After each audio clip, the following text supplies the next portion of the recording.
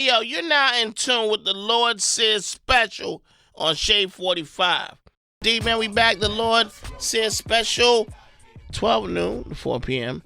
Got a good friend of mine, good MC, good artist, and producer, and actor, and activist, and pro rights to Fruity Pebbles cereal. Yes, I'm a man of letters.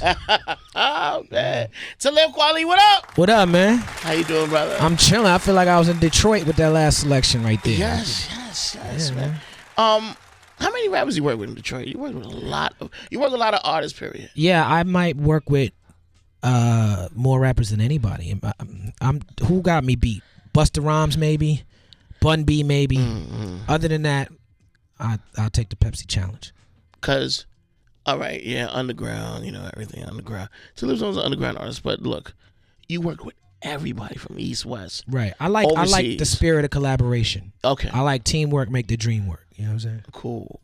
Yeah. Any artist, I'm not gonna say the name, that you felt like could have worked better with, or the vibe wasn't in the studio. Wow. Let me think. Yeah, I mean, that you were like, it was vibing, but then you felt like. I will say, let me say this.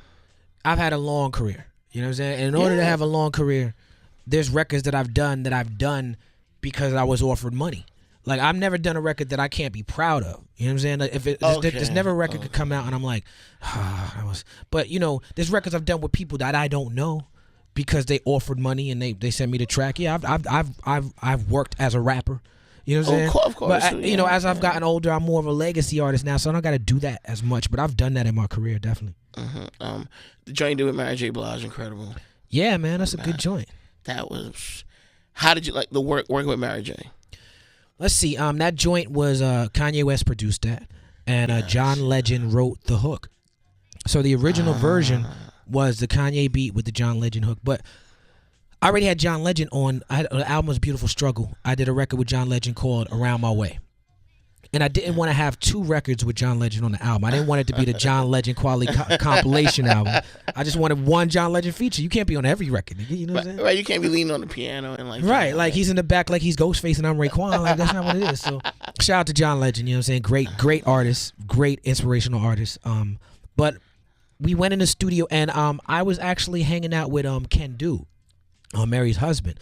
I had never met Mary, but I knew Ken Du because my wife EQ was working with Latifah, and I think he was friends with Latifah. I met him through Latifah, and Ken Du was in the studio hanging out, and I was like, man, I was playing him the record, and I was telling him about I need to get a feature.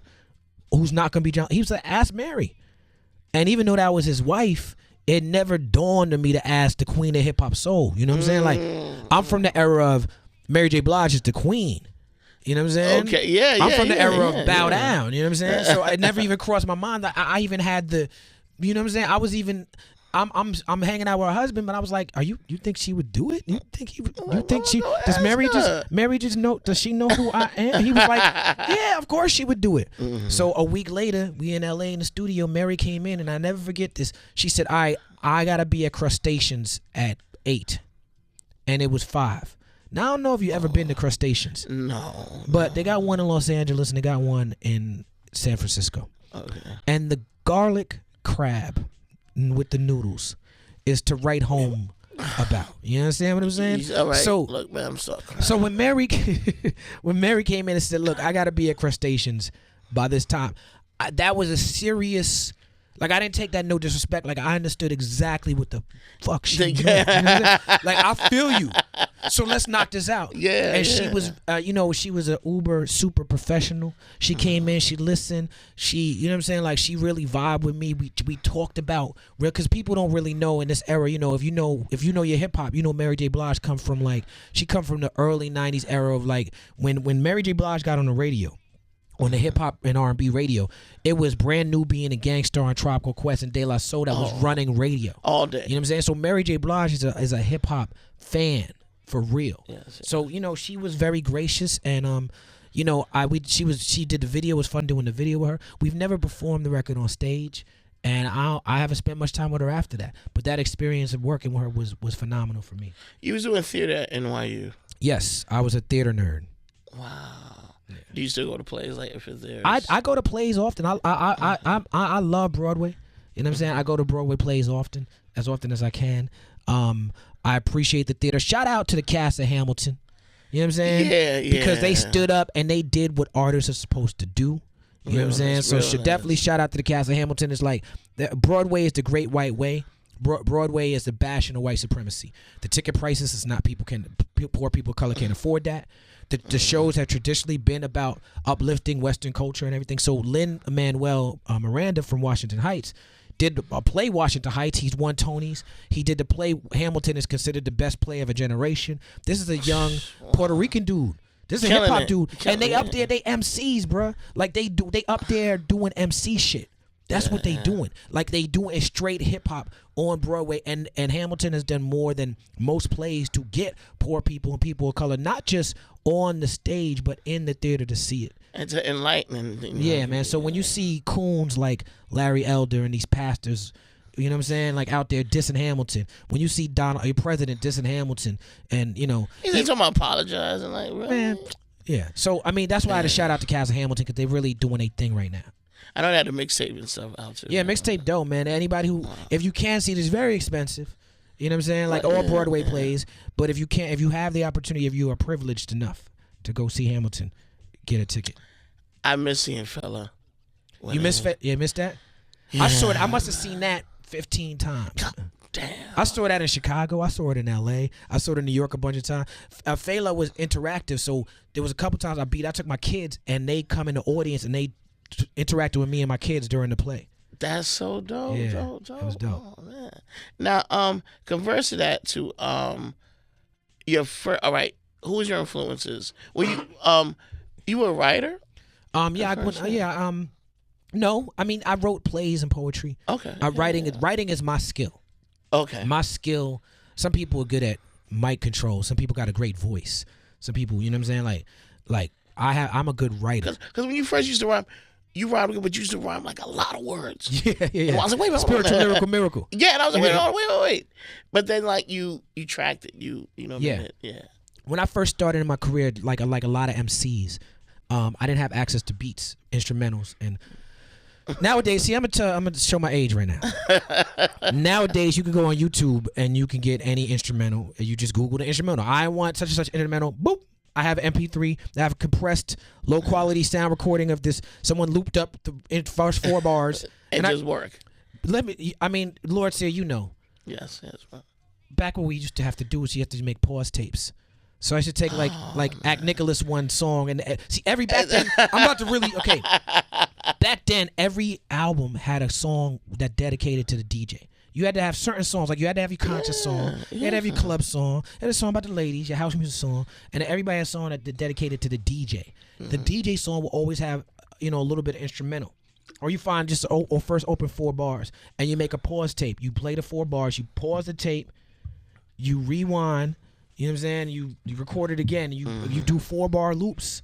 Yeah. And until you may have an instrumental. Yeah. And then we had a little Panasonic radio and a little. My father had the Marantz stereo joint. Shit was loud. The Marantz. Expensive. Right. So I had the Marantz. Nah, but it was old school. He had a Marantz. But if you had the Marantz, I mean, somebody was getting money. He had a Marantz. He had the Marantz here and I had the Panasonic joint. I stand between them, and I make little demo tapes.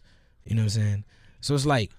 Man, I just went down memory lane. I even forgot why I even brought all that up. You know what I'm saying? But it's about like I remember now. So before I was even doing that, I just wrote raps to the internal beat in my head, and I just wrote. It was a stream of consciousness thing.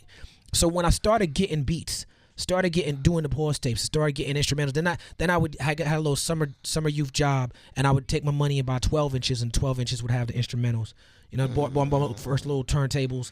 Then I was able to, now I got instrumentals. I would try to fit what I wrote to the beats. So if you listen to my early records, it was me taking all these thoughts and words, trying to fit them in the nooks and crannies in the space of the beats, which developed a real loquacious, wordy style that I became known for. Some people liked it, some people didn't. It's a gift and a curse. The gift is it allowed me to create different rhythms, and I got known as a very unique MC. I'm more like, it's like jazz, like hearing a jazz saxophone. Somebody doing scatting. Yeah, so it's I got that, but the curse is that sometimes people can't keep up, or they miss it, or it's too much for people. It's just so it's like I had to, as I became a professional MC, find the balance of that wordiness and just really using my voice and my words as an instrument on the track instead of be focused on what I wrote so much. When you did the Black Star thing, were you just want to be a soloist as always, or? Yeah, me and Yassine was both solo artists. Okay. Everybody was a solo artist back then. Everybody had their own solo thing. But Black Star was something where we realized, he had his Universal Magnetic single out that was on Raucous. Oh, that beat was beat. Yeah, you know what I'm saying? Yeah. I had the Fortify Live out that was on Raucous. Oh. And so we used to do all our shows together, and it was a camaraderie from us performing together that just developed. And we did a lot of live shows together. And it developed into the Black Star thing. With Raucous, we were talking about doing a record, and Raucous offered us a deal to do the record. And we just went and knocked it out. And y'all each other said, oh. Yeah, why not? Okay, right. It wasn't like collective, like, well, let's think about it. Okay. Yeah, I mean, we was already headed in that direction. And I think Jared and Brian saw it. Yeah.